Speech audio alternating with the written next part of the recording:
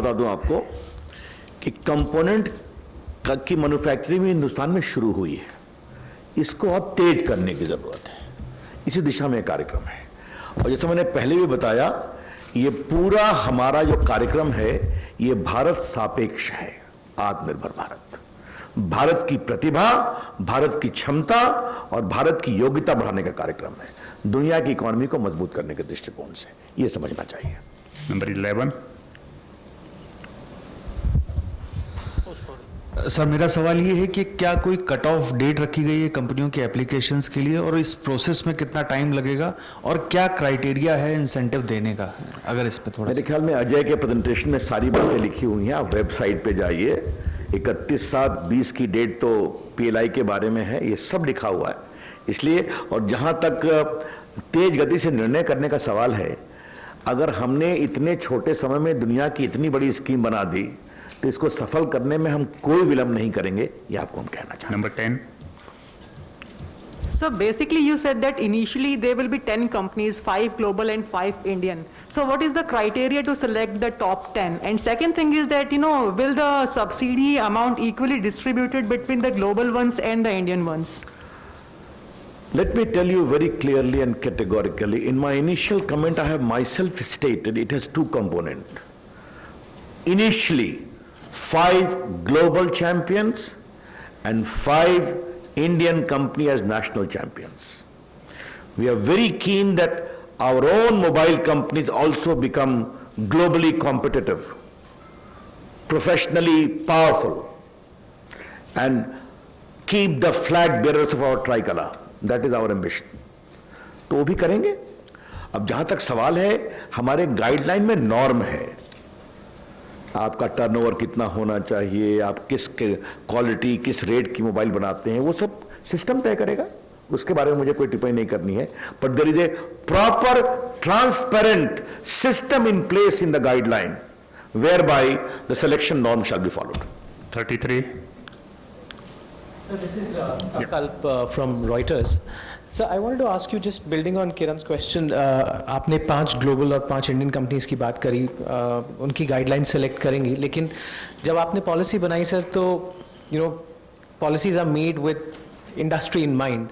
So can you give us a sense of what these 5 companies might look like, the global ones especially? And आप लोगों ने मेटी से काफ़ी effort करा है कि companies like Samsung expand their base, and they have. Apple expands their base. You all went to Taiwan to get Pegatron here. I wanted to ask, sir, what is the progress on that front? Because Pegatron is one company which is very big as a contract manufacturer, is not yet in India, but you all are making efforts. So if a comment could be made on that, please. You see, my point is very simple. I said initially 5 companies, mark my word, and I choose my word carefully with great respect to you. Therefore, we are just launching the scheme. And as I said in my initial comment, there was a rationale as to why picking up 5 companies in the first instance, because globally 5 to 6 companies dominate about 75 to 80% of mobile manufacturing market. But how they apply, by themselves or through their contract manufacturers, these I should not comment. This guideline is industry specific. You should be very clear about it. As regards I should not also speak about a particular company making effort. Why not? In my initial days, I went to South Korea, I went to Germany, my officers went to Taiwan. Why not? That's how we sell India. And that's how we have been able to convert this process as a proactive government, proactive minister, proactive Niti Aayog, proactive finance ministry, and proactive my MeitY will always continue in quest of a resurgent India. 53. Yeah. Amit, yeah.